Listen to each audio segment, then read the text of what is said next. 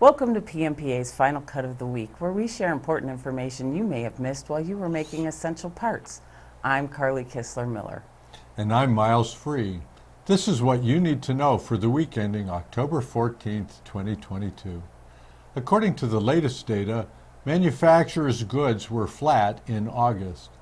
New orders were down 2 consecutive months, but decreased less than $0.1 billion, which is virtually unchanged. Shipments and unfilled orders each increased 0.5%, while inventories decreased 0.1%.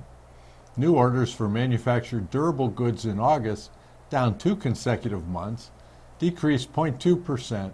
Transportation equipment drove, pun intended, the decrease, $1 billion or 1.1%. U.S. trade deficit is the lowest since May 2021. August exports were $0.7 billion less than July exports. August imports were $3.7 billion less than July imports. Year to date, the goods and services deficit, the balance of trade, increased 24.4% from the same period in 2021. Exports increased 19.9%, a strong showing, but overwhelmed by imports increase, which was 21%. Despite the Fed's attempt to control inflation with rate hikes, core inflation rose to a one-year rate of 6.6%, which is the highest since 1981. The core consumer price index, which excludes food and energy prices because of their volatility, is up from August's 6.3% rate. This increase indicates that perhaps the rate hikes have not taken full effect and that gas and food prices are not the sole reason for our current inflation. We held our annual meeting in Tucson, Arizona last weekend. In addition to the valuable speakers and the launch of our new branding, it was a celebration of this year's accomplishments.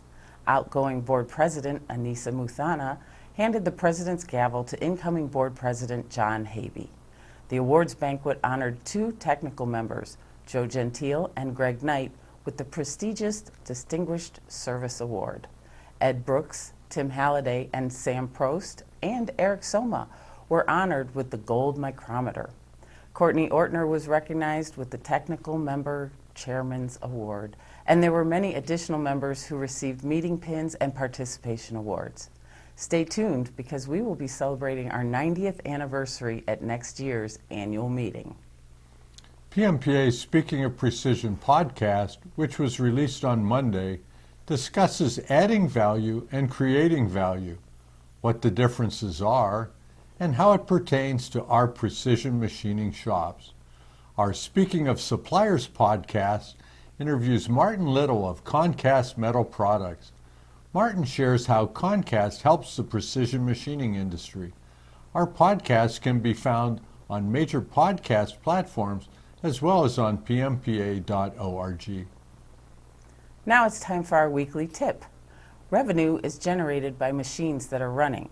Your performance ratio, availability ratio, and quality ratio can be used to ensure your machines are running at an optimal level. To view or download Miles's article on maximizing output, go to PMPA.org's Knowledge Centers or Final Cut of the Week. And that's our take on what you need to know for the week ending October 14th, 2022. For more information and links about any of the topics discussed today, please go to PMPA.org and click on Final Cut of the Week. Thanks for checking in, and we'll see you next Friday.